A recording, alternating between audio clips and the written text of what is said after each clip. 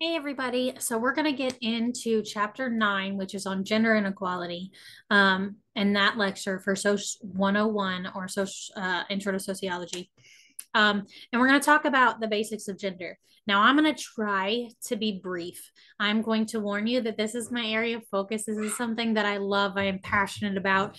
I teach entire full semesters worth of courses on gender. So trying to condense it down and be brief is going to be something that is really hard for me in this particular area. And then also in a couple of the other areas as well. But particularly, this was the first major sociology courses that I took. And my other area of focus is in women and gender studies. So, again, really gender focused. But I will try very, very hard to be as brief as possible. All right, let's go ahead and share my screen, get into this. Before we get started, just a real quick term and something to understand as we talk about gender. The gender is not something that is experienced universally, right? And that's because we have something called intersectionality, which is this idea that essentially we hold multiple identities, multiple aspects of ourselves, and those things create a unique set of experiences. So I'm not just a woman, I am a white woman. I'm a white queer woman. I'm a white queer disabled woman, right? And all of these things, who is also a mother, who is also a partner, right? All of these things carry a specific level of circumstances, a specific level of particular intersections that create certain situations, right? And I'm going to experience the world through those particular intersections, through those particular lenses. And that's kind of something that we're going to talk about.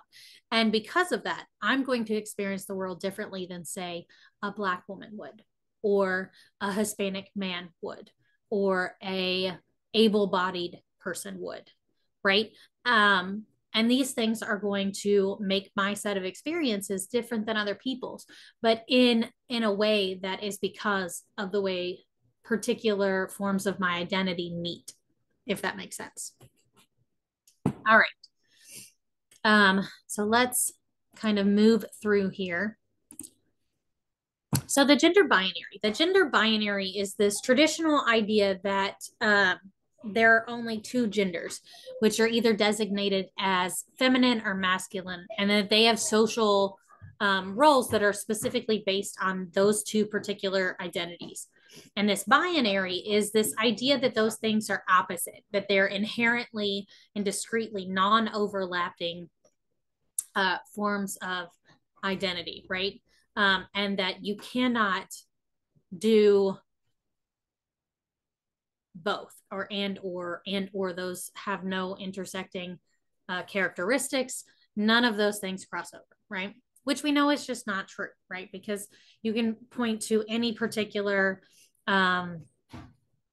characteristic about a human characteristic, and they can cross over into both men and feminine, and men and females having men and females, geez, male and female persons having those particular characteristics. So, say, like, aggressive is something that you generally in our society pegs with the idea of male. However, in another society, you might peg that to warriors who may happen to be female in that particular culture, right? Or women can be aggressive, right? We have that tendency. Why? Because it's a part of that particular human spectrum of emotion and personality that make each one of us who we are. And that's not to say that we don't adhere them to a particular gender based on some cultural norms. But what I am saying is that those cultural norms are not fixed across all cultures, across all time and space, and that people that do not fit that particular category, gender category that is associated with that trait, can also have that trait, if that makes sense. All right. In recent decades, scholars have further challenged the notion that gender identifies fit perfectly in that dichotomy, and we're going to kind of get into that. So, sex and gender are two different things. If you get nothing else from this lecture, please understand this. Sex is biological and anatomical differences just based off of hormone levels, genitalia, physical body capacities, um, chromosome levels, genome sequencing, etc. Right? And all of those things determine your sex. Now, I also want you to understand that sex categories are also not binary.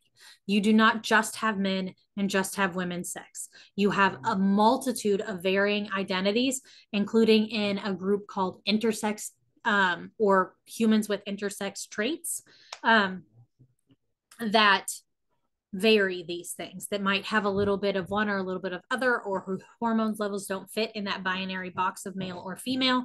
However, most humans are assigned a sex characteristic on that birth certificate when you are born. Okay. Especially here in the United States. Now, that does not mean that you do not have intersex traits and also get identified as one particular sex, whether it matches the vast majority of your demographic or not. Okay. And then gender is the social expectations around behavior that are given to each sex, and or they are the physical the ways you carry yourself, the forms in which you take, the mannerisms in which you display what category, usually either male or female, or particularly non-binary, or trying not to be one or the other. So more ambiguity in that particular sense. And that carrying over your gender, right? And that's how you represent your gender. So sex is biological, gender is the way in which you move through the world, if that makes sense. Okay. And if you have questions on this, please ask, because this is a very core tenet of essentially sociology and how it understands gender. Because there is a distinct difference between how we understand biology and how and what ways gender is expressed. And that is very cultural. It's very determined, it's very learned and determined by cultural practices, traditions, understandings, etc. All right.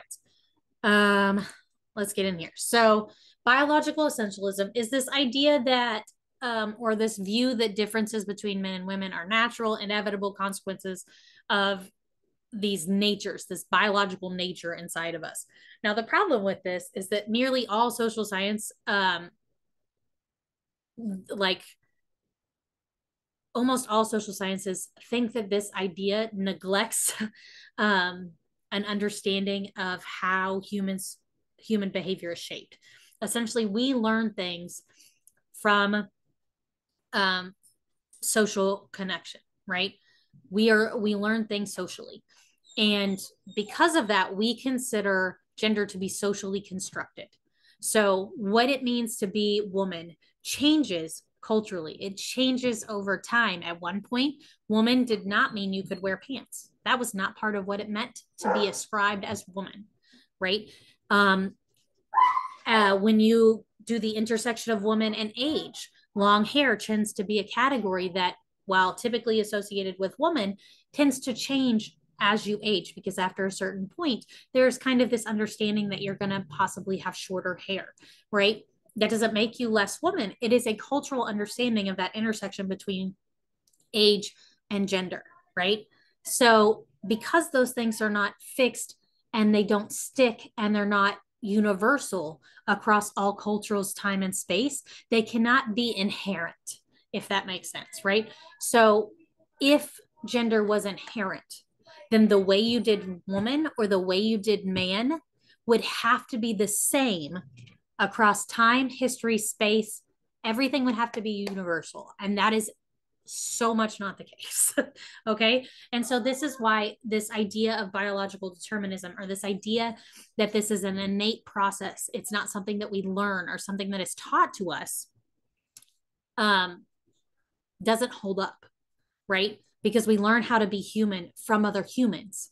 And so those humans are inevitably teaching us what behaviors are right, what behaviors are wrong, based on a series of social consequences, whether that be being made fun of if you don't fit a certain gender type, whether you're being told by your grandmother to sit ladylike, right? There's certain things that you are taught, and you move through the world based on these social interactions. And that is what you are taught, and how you are taught to be a specific whatever category it might be. All right, and we'll get into that a little more in a second. All right, there might be slight biological differences between men and women. And again, there are also a wide array of biological differences biologically, when it comes to hormone levels, when it comes to chromosomal types, when it comes to uh, physical or anatomic features. All of those things are going to have a wide range of varying differences. We'll go with differences. However, the vast majority of what it is to be human is the same across sexes, across all of the different sexual variations of human. Okay. All right. Let's see here. So gender socialization is, again, that process of learning of what gender roles through social factors such as schooling, the media, family. These are the things and the processes that teach us how to be whatever it is that we are, right? They teach us how to be something that we are categorized as. And so if we've been categorized under the sex of female, then most of our gender socialization is going to teach us how to be female and to present our gender as female, if that makes sense. That does not mean that that is something that is congruent in our brain, or something that doesn't require some pushback, or is something that is not pushed back against. And then again, the social construction of gender is just this idea, again, that we make the rules as humans for what any particular gender or any particular category is supposed to be, and that those things are changing, and they change over the course of time, space, culture, religion, etc. Okay. Hegemonic masculinity are the social norms that are dictated that man should be strong, self-reliant, and unemotional. This is that idea of masculinity that is presented as the premier type, or this, because any kind of hegemonic classification doesn't mean it is the most prominent. It means that it is the most revered, or the one that has the highest social status. That does not mean that it is necessarily the best for the human. It does not mean it is necessarily the best for the society. And it does not mean it is the primary way in which masculinity is done. And we'll get into that a bit more, or maybe not, because I'm not sure how in depth this lecture goes. And I'm trying again to be as brief as possible.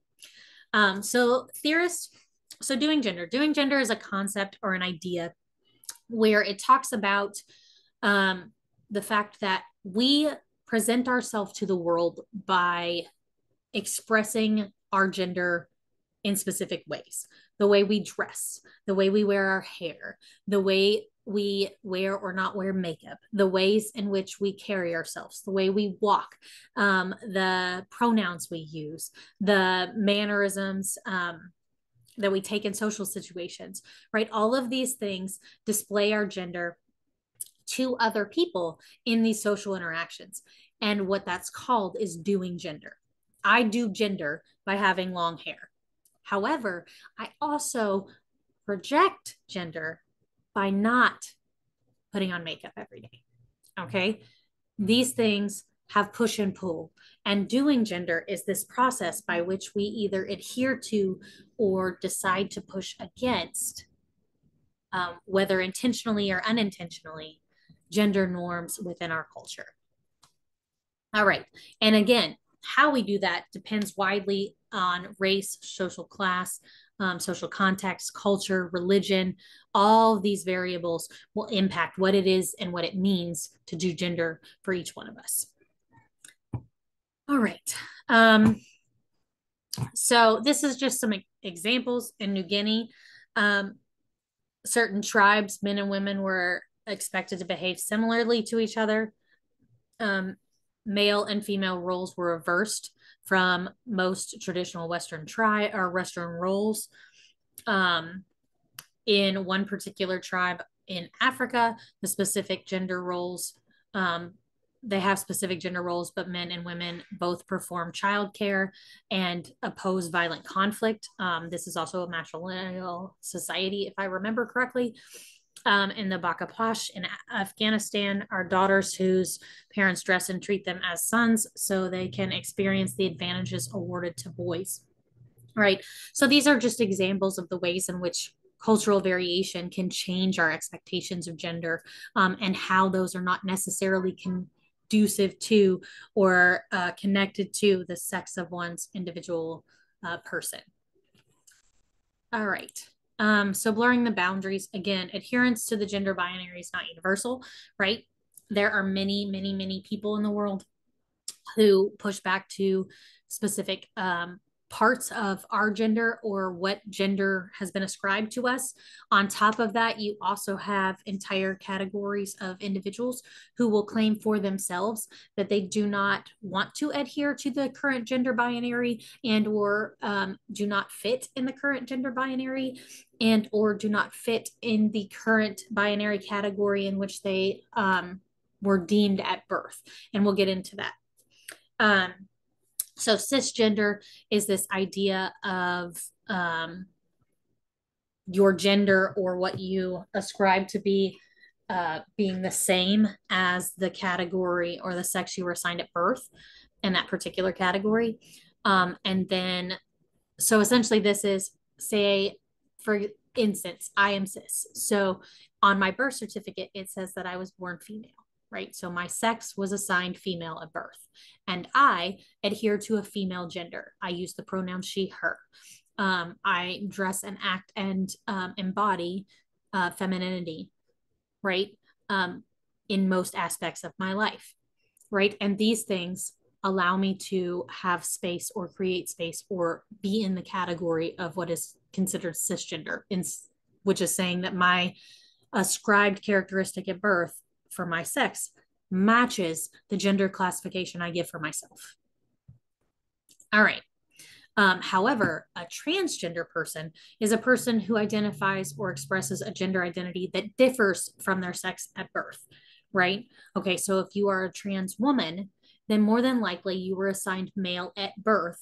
However, your gender classification or gender thing that feels the most right to you and that you represent in the world is female, right? And that can come with a wide variety of transitional characteristics. And I'm sure that hopefully that gets into this at some point.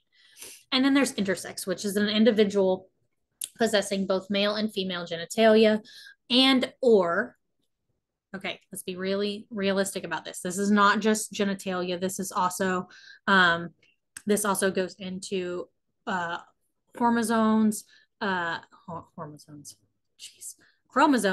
hormones, or genetic makeup that in any way, shape, or form does not fit the standard classifications of male and female within biology. And while this is statistically rare, it is 1.7% of the population. And so that is about as equal as redheads. So while yes, statistically it is rare, it is as statistically rare as a natural redhead. So if you know a natural redhead, kind of understand that this carries that same level of frequency within the populations. And so we're looking at almost 2 out of every 100 people. That's a massive population still. And that's something that we can't just discredit because it is not something that we talk about. All right. And anthropological and social studies of gender reveal that culture, not biology, underlines gender difference. All right. So when we talk about gender inequality, there's some few terms you need to understand. First of all, gender inequality is the inequality that is difference between men and women in terms of wealth, income, and status. But it goes so further than that because, again, sociology does not see gender as this binary of only men and women, right? So it is the inequality that both men, women, and any other category of gender feel in terms of wealth, income, and status. And while a lot of the other categories, such as trans persons and or non-binary persons and or agender persons and or any of the categories that do not fit that binary exclusionary categories and are cis, those have a lot less research moving into them, but it is getting better. And it's getting better because we understand in sociology that these people experience the world in a different level of intersections than those who are cis within those categories of male and female. All right. When we talk about, especially when we talk about colonialistic societies or Eurocentric societies, you're going to talk about patriarchy or this dominance of and privilege afforded to men over women. All known societies are patriarchal, although there are variations. This is not true in any way, shape, or form. So all major societies that have any kind of major religious function are patriarchal. However, there are matriarchal societies that exist in this world. Generally, they are more in indigenous populations. At one point, our world consisted of over 75% of the cultures were matriarchal in nature. And that was just because at certain points in human evolution, it was much easier and still is easier to trace your lineage through the woman in the family, right? The person who is giving birth to the infant, you can understand that no matter what, you know that that infant has a lineage to that person who pushed them out, right? And so because of that, historically, there's much wider record and conversation surrounding matriarchal societies that trace their lineage that way and host a much more cohesive and gender equal societies than do patriarchal societies. Now, with the widespread of colonialism and the widespread of Christianity, patriarchal societies have become overwhelmingly the majority of societies in the world. And that is due to the fact that at this point, most inheritance, most wealth, most power, most economic prosperity, most family lineages all are traced through male lineage and most men have the most positions of power, et cetera, et cetera, et cetera, et cetera, et cetera. And with that, because that particular brand of lineage and ways of understanding the world or understanding our relation to each other within the world comes with male dominance or male privilege. It is wrapped up in a power directed towards men in a way that is different than matriarchal societies were presented. All right. So in the US, women have made tremendous progress in education, work, politics, and economics, but several forms of gender inequality persist, including in every single one of those institutions. And when you get into those intersections where you talk about gender and race or gender and ability or gender and sexuality, any kind of other marginalized status is going to impact in a negative way how much inequality you experience. So that's going to make you experience more inequality the more marginalizations you have as a woman, right? Sociologists have found that schools help foster gender differences. And I have a really, really awesome article called Becoming a Gendered Body. And that is one of the articles that you can use for your writing assignment, your critical reflection. if you are interested in gender in any way, I think that this is a really good article to start having those conversations. I believe the Doing Gender article is also in there as one of the articles you can use. If not, please let me know if you are interested in either one of those articles, and I will make sure that you have them. Boys are overrepresented in special education programs, which can also have long-term impacts. Differences in how children are treated based on race also emerge early, and that's intersected with a very gendered way of understanding the world. All right. Men and women differ starkly in the majors they choose, and that's mostly because of the ways in which they're steered in early education all the way through their educational path. So women are underrepresented in every STEM field there is. And that comes down to the fact that in a male dominated society, and in a society where most female education up until very, very historically recently was linked to domestic labor and caregiving labor,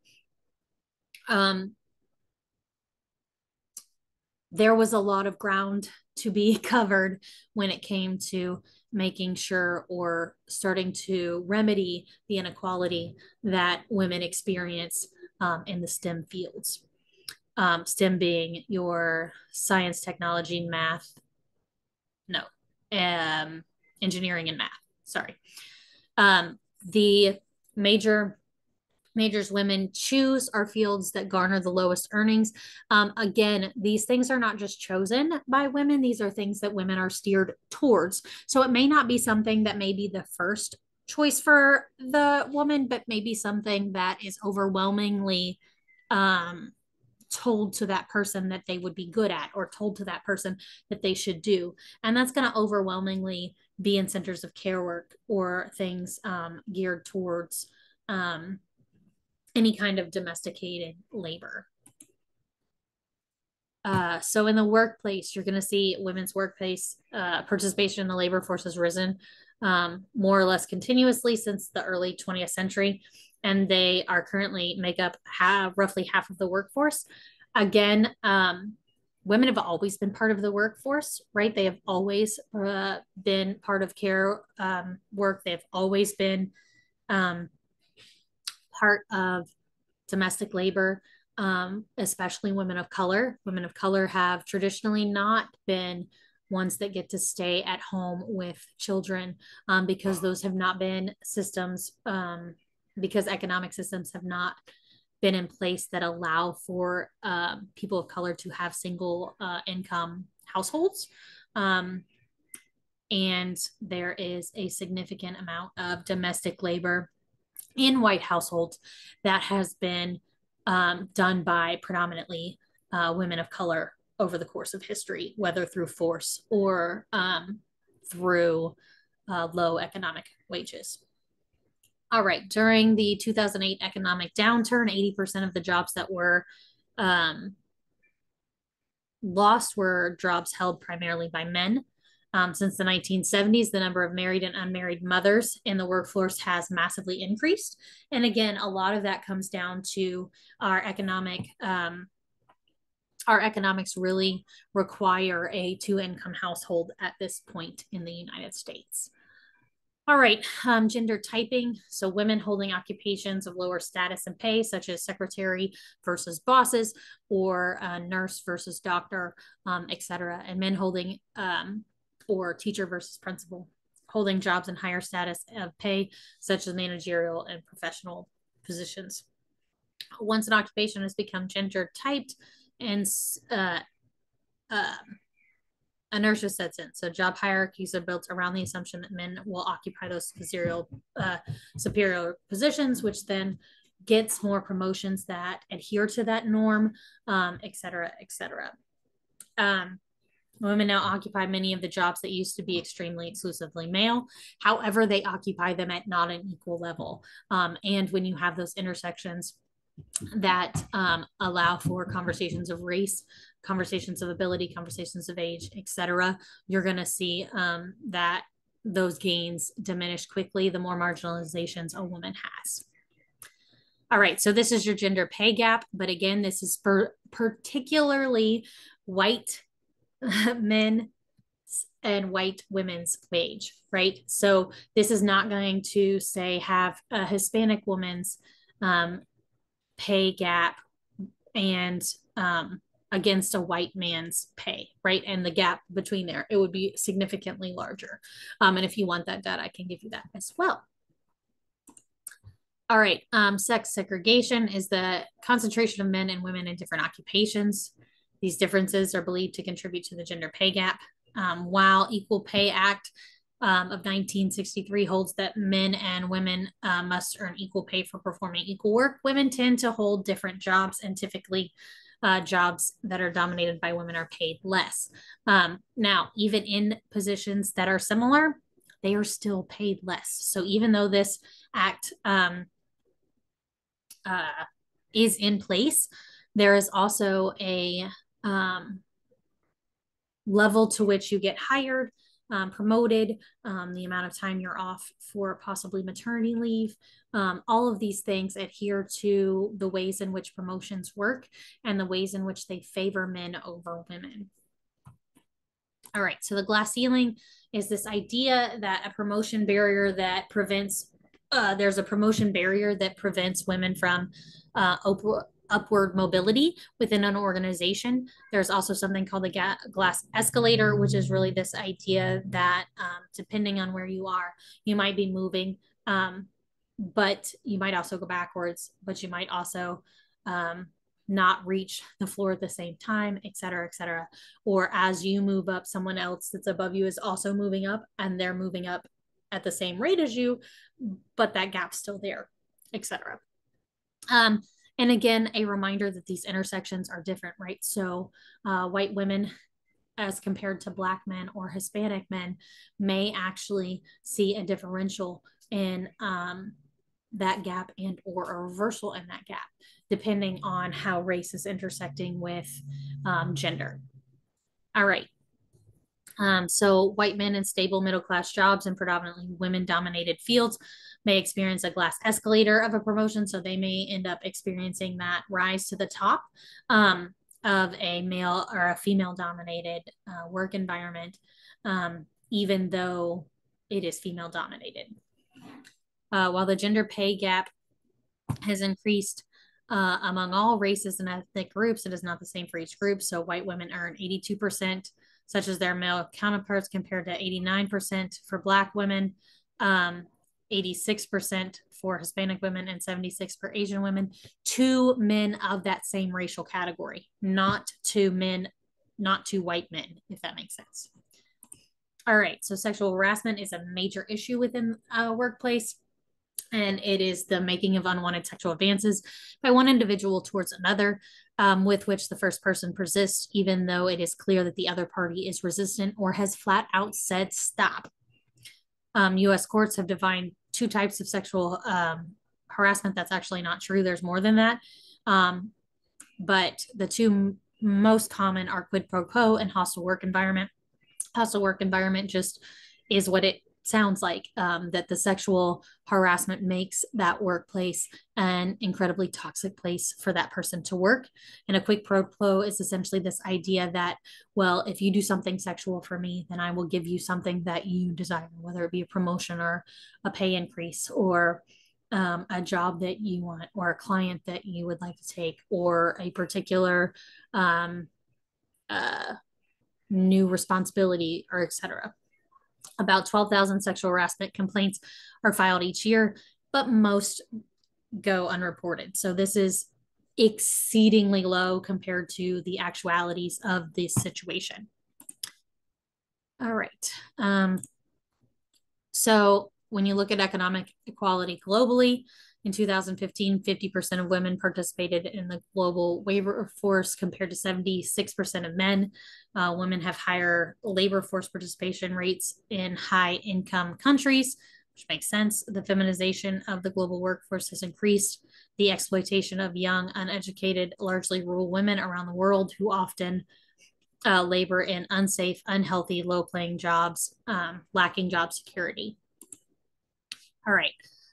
Even so, such jobs may enable some women to achieve a measure of economic independence and power that they may not have been able to achieve otherwise. However, generally in those particular circumstances, they are also butting up against a large number of political and social barriers to their economic and power inequality. The motherhood penalty. So this is really just at its basic level, the idea that has been over and over again, backed up by sociological research, that when a woman is of the age to be able to be a mother, or is already a mother, or is expected to be a mother, these things will negatively impact that person's hireability, promotability, wage increase, and or even just how they're revered at work in a negative way. The second shift is the excess work hours borne by women relative to men. These hours are typically spent on domestic chores such as caregiving for the children, housework, running errands, doing any kind of the upkeep of any kind of property you have, et cetera, et cetera. Despite gradual moves towards more equal distribution, women still spend significantly more time doing housework than their male counterparts. And this is, again, unpaid labor that becomes part of those tasks and labor that moves society along. It helps keep society moving, but it's not something that is paid, or even necessarily something that is given the social capital that its time and effort goes into. So persistent gender typed expectations in which women privilege childcare and men privilege paid work have set the stage for women's economic disadvantage. And whether they privilege it or not, that is the societal expectation at this point. And so that is generally the path in which it happens. In the coming decades, experts anticipate that we may see greater gender equality in the housework. However, at the point in which that was stated, we have not seen a significant impactful change. And that is likely due to, again, cultural assumptions that continue to perpetuate these particular cycles and continue to relegate most of that second shift work, or that household and domestic work, to women. Women politicians are overwhelmingly affiliated with the Democratic Party, as are especially women of color. Typically, the more local the political office, the more likely it is to be occupied by a woman. Women are playing an increasingly major role in politics throughout the world, though the ratio from women to men in higher ranking positions in leadership is still really low. All right, so violence against women. Violence is directed against women in many, many, many societies. However, in patriarchal societies is significantly higher, at significantly higher rates than in matriarchal societies, which had a much more gender balance when it came to such issues. 1 out of every 3 women worldwide has been beaten, coerced into sex, or abused in some other way. Sexual assault at the hands of strangers is a cause for panic. However, most sexual violence is or happens surrounding people that are known. Again, this is another topic that I study very in depth. So if you do have questions surrounding these particular topics, please do not hesitate to ask. I'm not going to get into this extensively because I want to make sure that we are allowing space for those for whom this particular material may feel very personal and tied to personal experiences, as that is incredibly common still in our society. Again, genital cutting is a form of gendered violence. It still happens in a wide variety of places around the world. That is still a practice that does, yes, happen in particular cultural settings here in the United States as well. There's also a massive amount of infanticide, which is essentially just the killing of newborn, but female babies are experience this far more likely than male babies. And there are cultures that specifically have this practice because females are still considered something that are going to be given away from a family at the time in which they can be married or etc. And male babies are considered a more lasting resource for the parents as they age or the family as a whole. On top of that, you also have, again, that intersection of race, culture, etc. So you have an overwhelming number of Indigenous women who are missing, who are murdered at an exceptional rate, and who do not derive the attention and or the focus needed to kind of relegate that particular violence. Rape is the forcing of non-consensual vaginal, oral, or anal intercourse, and there's also a much wider term used, which is sexual violence, which includes a much more wide range of sexual violations to the human, and also doesn't denote that it is particularly female in nature, as per the survivor. A majority of these things are committed by men against women. That's important. However, LGBTQ plus, especially trans women of color, are even more at risk for these types of violent acts. Trans women of color are the primary target of almost, and the number one categorization, of every kind of victimhood that there is. And so this is a particular group that is especially vulnerable to violence. Rapes often go unreported, and that's specifically due to a number of systemic barriers that are put in place for survivors. It's an act of violence, and it is an act of power and domination. Even when it leaves no physical rooms, it's an incredibly traumatic violation of autonomy and personhood. Again, most of these are committed by people that the person knows. Rape culture is the social context in which attitudes and norms perpetuate the treatment of women as sexual objects and instill in men a sense of sexual entitlement. This creates a system that allows these kinds of harms to go either unchecked, to be a concern, but not enough of a concern to be handled very aggressively. And it's something that creates a situation where it belittles and invalidates victims at every level of society. Toxic masculinity is a cluster of potentially destructive values or behaviors that historically have been part of boys' socialization, such as the devaluation and aggression towards women, that can create and manifest violence. All right, so let's talk about the social theory when it comes to gender real quick, and then I think we will be about done. All right, so functionalist approaches really gender, they argue that gender differences, specifically men and women, so specialization in different tasks contribute to social stability and integration. So essentially, if women weren't caregivers, then we wouldn't have specifically the ability to keep having more generations to work in the workforce, etc.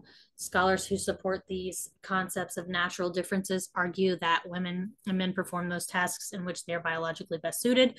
Again, but we understand that the majority of sociologists understand or do not understand gender in a biologically deterministic way because the data just doesn't support it.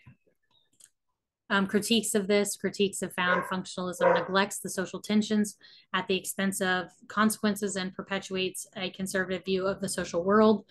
Societies vary greatly in the degree in which they differentiate and assign tasks as being male or female.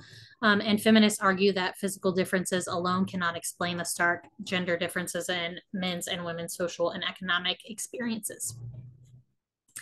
Feminist theory, and this is a sociological perspective that emphasizes the centrality of gender in analyzing the social world, and particularly the uniqueness of the experiences of women. There are many strands of feminist theory. If you are interested in this topic, please talk to me. I have a wide variety of lectures on all sorts of different kinds of feminist theory, and it is a topic that I enjoy greatly. We're going to get into a couple of them, apparently. Liberal feminism is a form of feminist theory that that essentially holds that gender equality is produced by unequal access to civil rights and certain social resources such as education and employment based on sex. Liberal feminists tend to seek solutions that change in legislation. Critics charge that they have been unsuccessful in dealing with the root cause of gender inequality because it is not really bringing patriarchy to the forefront.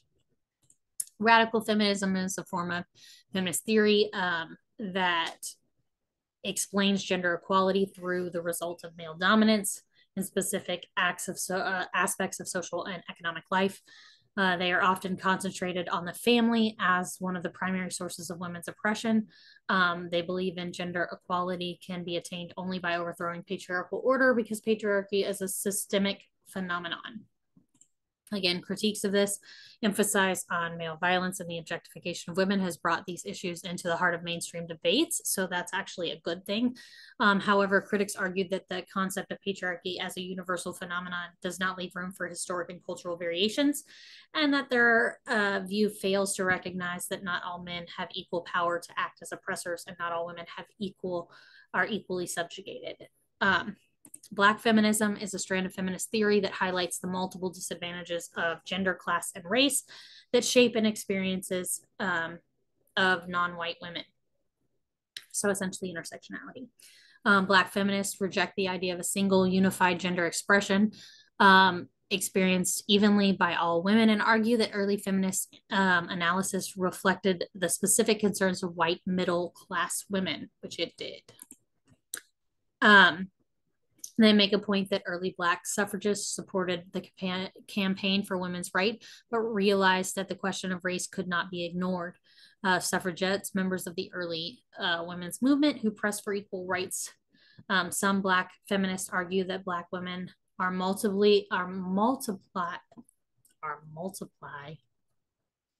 They are disadvantaged at multiple different intersections on the basis of color, their sex, and their class position. Transnational feminism is a branch of feminist theory that highlights the way global processes, including colonialization, racism, and imperialism, shape gender relations and hierarchies. Social scholars in this tradition often have strong human rights orientation and see research as integral to social change. This is probably the area in which intersectional transnational feminism is probably the area in which research you would consider most of my research in. So if you have more questions about this, please don't hesitate to ask. All right, how do we reduce gender-based aggression? Creating an environment in which those who have been victimized or exploited feel empowered to speak up. So again, support your survivors, listen to them, and don't critique them or invalidate them because that's not the role you need to play in their story. However, critics have pointed out that even more important goal is to change male students' beliefs on sexual violence and entitlement. The role of sociological imagination. So this allows us to understand and fight gender inequality by allowing us to recognize several things, including the sources of gendered power imbalances, the distinct pressures placed on men and women to comply with often outdated gender expectations, the ways in which inequalities affect all of our lives. All right, so I'm going to stop sharing. If you have questions or you want any of these topics expounded upon, I have lectures on a wide variety of all of these topics, and even ones that we didn't talk about. So please do not hesitate to reach out. I also teach a sexuality course, both here and at EKU. I teach a wide variety of classes related to specifically gender. So please do not hesitate to ask for resources if you are interested in a topic. That's part of what education is all about. All right. I hope you guys have a great week. And again, don't hesitate to ask me any questions.